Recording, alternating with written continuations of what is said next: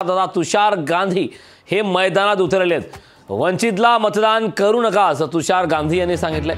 तुषार गांधी यांनी जनतेला जाहीर आवाहन केलंय। वंचित भाजपची बी टीम आहे, तुषार गांधींनी असा आरोप केलाय। या संदर्भात चर्चा करण्यासाठी स्वतः तुषार गांधी आपल्यासोबत जोडलेले आहेत। तुषारजी, लोकशाही मराठीमध्ये आपलं खूप खूप स्वागत आहे। खरं तर आपण थेट आता जनतेला एक आवाहन केलेलं आहे की वंचितला मतदान करू नका, वंचित भाजपची बी टीम आहे असं आपण म्हणलं, यावरती आपली नेमकी प्रतिक्रिया काय?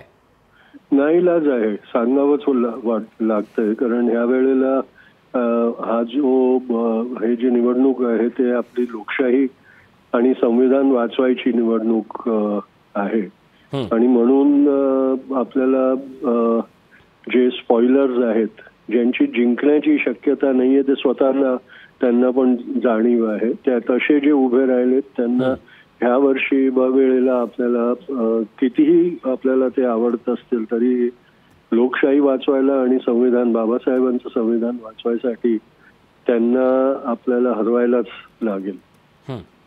तुषारजी, खरं तर प्रकाश आंबेडकरांनी, तुषारजी माझा आवाज पोहोचतोय? हो, पोहोचतो। खरं तर प्रकाश आंबेडकरांनी असा देखील एक आरोप केलेला आहे की महाविकास आघाडीच्या काही जागांवरती सेटलमेंट झालेले, यावरती आपण काय सांगाल? आणि आपणच आता थेट त्यांच्यावरती भाजपची बी टीम आहे असा आरोप करताय।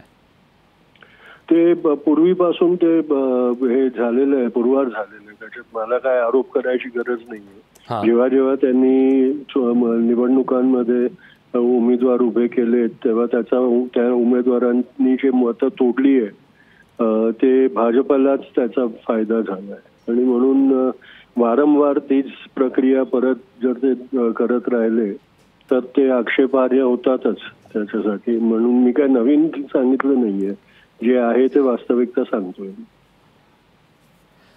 तर या संदर्भात चर्चा करण्यासाठी आपल्यासोबत तुषारजी, आपण लोकशाही मराठीशी संवाद साधलात त्याबद्दल खूप खूप धन्यवाद। लोकशाही मराठी ऐका, पहा, जागरूक रहा।